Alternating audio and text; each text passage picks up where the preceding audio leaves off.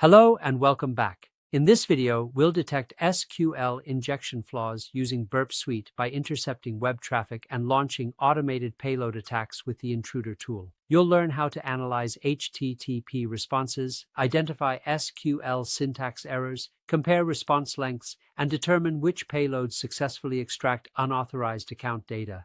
This lab demonstrates how security professionals uncover injection vulnerabilities using professional testing tools.